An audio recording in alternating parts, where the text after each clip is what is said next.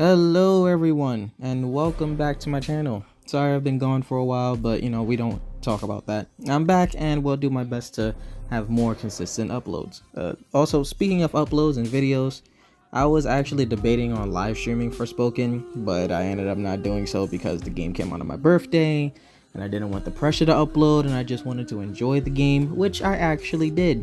And I'm making this video because I was scrolling on YouTube and after I beat the game, and I've been seeing a lot of people have negative reviews for the game, and I didn't understand why, so I decided to make my own review and put my own opinion out there on the game so that other people don't just dogpile the game, you know what I mean? And before I start, I just want to say I actually really do like Forspoken. It's actually, to me at least, a pretty well made game. The story and everything is pretty, okay, but we'll get into that. Anyway, so let's start with the combat system. The combat of the game is actually pretty fun. In the game you have 4 different types of magic and you can use each one, and each one has their own different types of playstyle and their own spells, of course. For example, if you like close range combat and also quick dodging and slashing and things like that, then Silas fiery magic is also for you. You get a flame sword, a spear, and you can even use your fist to fight the hordes of enemies. If you like fighting from a distance, then Prav's magic might be, for you, using his icy cold arrows to hit your enemies from afar. And with a bit of time, you can master each style of magic, and you can also learn to switch between them pretty quickly and use multiple spells at once from different types of, magic. Also, each magic has its own weaknesses and strengths and things like that for certain types of enemies.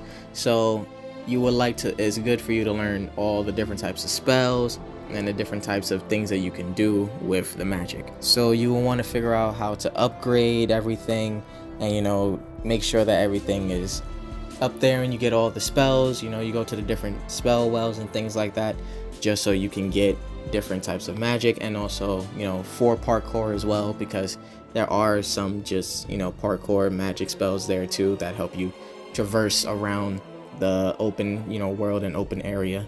And also, so that fights don't drag on, it's good for you to learn each spell and upgrade them, because trust me, you are going to need to do that, because some fights can really drag on if you're not using the right type of magic against the enemy, and it will take a really long time to fight them, especially the little mini bosses all over the overworld. But again, for the most part, the combat is pretty smooth and fun. The enemy variety and the amount of mini bosses and the area are also pretty good. Each one is different, especially when you go through the dungeons. However, sometimes the hitboxes for certain attacks can be a bit annoying, and this is a problem with mostly the unblockable attacks, because most of the time you can outrun the attack, and you're also supposed to be able to dodge it, but sometimes the dodge just doesn't work. But overall, if I had to rate the combat system, I'd give it an 8 out of 10. Next thing that I want to talk about is the world of the game, and how vast it is and how kind of empty it actually is. Honestly, this might be a little bit on the negative side, but we'll get to that. So for starters, it's an open world game, so the map is pretty big. Taking a look at the map, there's quite a few things to do, quite a lot actually, and you really look at it between upgrading and increasing your stats, getting new equipment, getting materials, going through dungeons, all the fluff that they put in the world to make it feel like there's actually things to do in it. Those are honestly all the fun things to do, but the problem is the world still feels empty. Most of the time you could be traversing the world and you won't even come across enemies, or you would just speed past them without really noticing, and it's not like you completely know where they are. Sometimes you just get a little marker that tells you, hey, you're in danger, but then it's like you don't really know from where unless you stop to look around. But then you're trying to, instead of fighting, get to a dungeon or get to another part of the map where you need to do or pursue the main quest or get some type of material or equipment or item or something like that.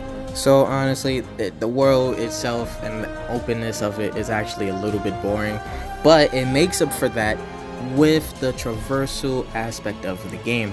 Traversing the world is really fun, doing all the parkour, flipping around trees, using different types of magic spells to go to different areas and to, just get around the world in general. Honestly, that part is the most fun thing to do when you're not actually fighting enemies that you just randomly come across, or or fighting in the main, or a boss or the main story. And the movement is actually pretty smooth and very fun to do, especially when you upgrade your parkour spells to remove or reduce the stamina cost for certain parkour moves you do. Because honestly, running around the map is a big part of the fun in the game, and whoever you are, I know you'll enjoy it. But the game honestly doesn't offer too many side quests, and the side quests that they do offer are honestly a bit boring, and some you can't even do post game. So if you want to be a completionist and do all the side quests, then you need to make sure before you start every new chapter to do every single side quest, even though some are, again, a bit boring. Make sure to head back to the city of Sepal and, give those children their pictures, because they will be asking for them. And if you don't do it, you will keep getting the same dialogue from Frey and, Cuff the entire time.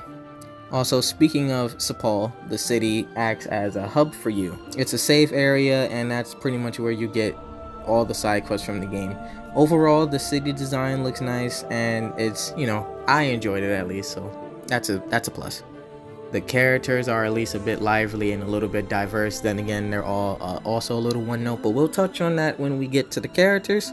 But again, the gameplay is very fun, and you might not get it right away. It might take a little bit of time to, practice the parkour moves, and, you might get annoyed or a little bit upset by how empty the world sort of feels. But that's just my opinion, and you can tell me more about how you feel about the game in the comments. Overall, if I had to rate the world and the gameplay of it, right, I'd give it a 7 out of 10. But now back to what I was talking about before, the characters and the lore. That's what we're going to be discussing in this section of the video. The characters of Forspoken are a bit one note and a little flat, to me at least. They all have like one trait that they play and lean into very hard. Frey is a tough street girl who only really cares about herself and is rude to others. Alden, the sweet, loving, caring girl who's always positive, aside from, a partner in the game, but spoilers.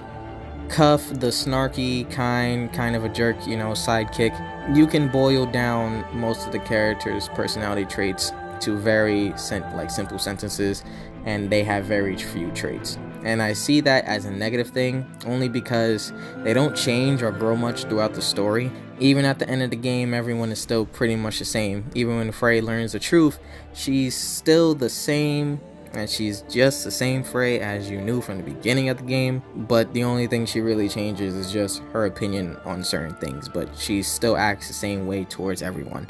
The dialogue in the game, to me, is fine, and I don't get much of a problem, or I don't understand why people have much of a problem when it comes to Frey cursing. I guess for some people it's a bit excessive, but to me, I didn't mind, because as a New Yorker and as someone who has grew up, around people in the city, you hear that quite a lot, honestly. And it's like, guys, I get it, but it's not the end of the world, and honestly, it's not that serious. But I can still say that the dialogue is a little bit cringe, but to me, it's not really too bad, but it's still pretty, it's okay to me. The cursing isn't too much for me. For some people, I get it. You might not like it, might not be your thing. Completely fine. But for me, I didn't really mind too much, especially, just if you sit down in New York City, listen to a conversation that someone is having down the street, I guarantee you that there's going to be quite a few, F-bombs dropped in there. Quite a few. And there's going to be quite a few curses in there, and yeah, I'm just saying, it didn't really bother me too much. And honestly, most people curse without even noticing it. They're just used to doing so. But aside from the characters, I actually like the lore of Athia and the backstory to most things in the game, even though with the backstory of most things you have to read it, but honestly, that's no problem. I don't mind reading it, and the snippets are always kind of interesting. The game is honestly all about finding out the truth of what happened to Frey, the land of Athia, and what happened to Cuff, and what is the break, and so on and so on. So they propose a lot of questions that also keeps you at least somewhat engaged, as long as you're also willing to read the lore. But this main story can also keep you engaged as well too, but we'll get to the story when we get to it. And you can also learn a lot of different things about Athia and things like that, and also learn to appreciate it. So overall, I give the characters and lore of the game a 5 out of 10, and that's considerate because the lore does a lot of heavy lifting, because I can make a whole video about each one of the characters and how I would write them, but I'm not going to do that here because this is a review about the whole game. But if you guys would like to see that video, or if you would be interested in me making a video like that, then just write it in the comments below, let me know. I'll definitely make a video if you guys want me to. Now let's talk about the story of the game. The story for the most part is fine, but it's not anything award-winning or game-breaking, you know. Without giving away too much, for those who don't know, Forspoken is about a girl named Frey from New York getting teleported to a magical fantasy world called Athia after hearing / stumbling upon a mysterious magical bracelet. You know, she gets stuck in the new world and now she's trying to figure out how to get back. And honestly, that's a simplified version of the game, to be honest, without giving away any types of spoilers or anything. No, honestly, you can boil it down to just about that, to be honest with you, yeah. But of course, there's more twists and turns along the way, and you know, there's more to the story than just that, but I don't want to give out spoilers, so that's a basic summary.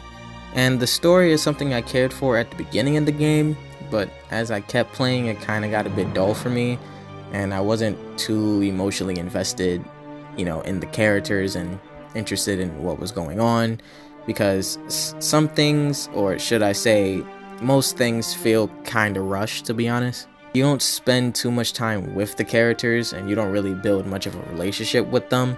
Like, for example, spoiler alert, I'm saying spoiler alert for people who haven't played the game, but if you played the game, then you know what I might say. But again, spoiler, everyone who hasn't played the game, it's gone. Okay, I can say it now, I'm gonna say it. So when Olivia died, yeah, it was sad, but the game should have let you spend more time with her, and just, you know, so you can build at least a little bit of a bond, because Frey just met the girl barely like a day ago, and then now all of a sudden she cares because of like a few pieces of dialogue that was said where it's implied that they're similar. It kind of doesn't, you know, it doesn't click up here for me. It doesn't click, you know, it doesn't click for me. I feel like there should have been at least a little bit more, maybe have her go on like a mission or something with you, you know, maybe that'd be cool, like just a quick mission like outside the gate or something like that. And also, you know, they should have let you like talk to the side characters more, do more things with the other characters. But, you know, then again, like I said before, they're all one note, and I'm pretty sure you can see how that would go. So, but if the game lets you spend more time with the side characters, then it would have helped build up, you know, the story a bit more. It would have helped things actually be a bit more, you know, interesting, because they probably would have gave like their own life experiences, and you can see how the break really affects them, and etc and etc. But I can, again, I'm gonna go, I can go on and on about that, but I can do that in a separate video, because that's not what this video is about. But I wish that they went more in depth with certain things, and more like, you know, they tried to actually connect you to the game and actually have you be more interested in it, because the story as it is fine, it's good, not award-winning, but it's good, right? It's just, it could be better, and it could definitely be better. They just needed to flesh it out more, have you do more things with the characters, right? And honestly, if they would have just did more, then I feel like it would have been better, because for the most part, the story feels like it's a little, you know, lackluster, but then you can also kind of predict what's going to happen next in a way. So there, like I said before, a few twists and turns, but for the most part, you can kind of see where things are leading and where things are headed. But to sum it up, the story, yeah, is good, but not overall the best thing in the world. So if I had to give it a score, I'd probably give it about a 6 out of 10. Now let's talk about the graphics, but I won't spend too much time on the graphics, because to me the game looks great and I didn't have any real issues with it. I played the game on a PS5 with ray tracing on, and to me it looks good in general, and honestly it looks good overall to me. So I'm just gonna mention this a little bit because I know if I didn't, some people might be like, oh, you know, you didn't mention the graphics and X, Y, and Z. But to me, the graphics look fine. I'm not complaining. The graphics look good. No frame rate drops or, you know, anything like that. So to me, if I had to give the graphics a rating, it'd be 8 out of 10, only because I know in some areas they can definitely do better with certain things and certain textures, and also characters models a little bit. But you know, we're not gonna get too much into that because, like I said, to me, fine, no real issues or gripes with the graphics. Honestly, to me, the game looked really good. So in conclusion, Forspoken is a fun game, and it kind of lacks in some areas. Generally, I think the game is good and is a fun experience overall. I feel like a lot of people are hating on the game without giving it a fair chance and, you know, actually playing the game. But is the game worth $70? Honestly, no, not really. But to me it was, because it was my birthday and the game looked fun to me, and honestly it kind of was. But Forspoken is honestly a pretty good game, and no review would do it a good service. Just play the game, give it a try, go into it without knowledge of the reviews, and play it like you would any other game. To me, the game is an 8 out of 10, but some other people, you know, might not see it that way. But that's fine. You can leave me your thoughts and things like that in the comments below, and I'll be sure to read them. But as always, thank you so very much for watching. Subscribe for more content, and if you liked the video, then leave a fat like and let me know what you think of the game in the comments below. You have a good day, and I'll see you in the next video.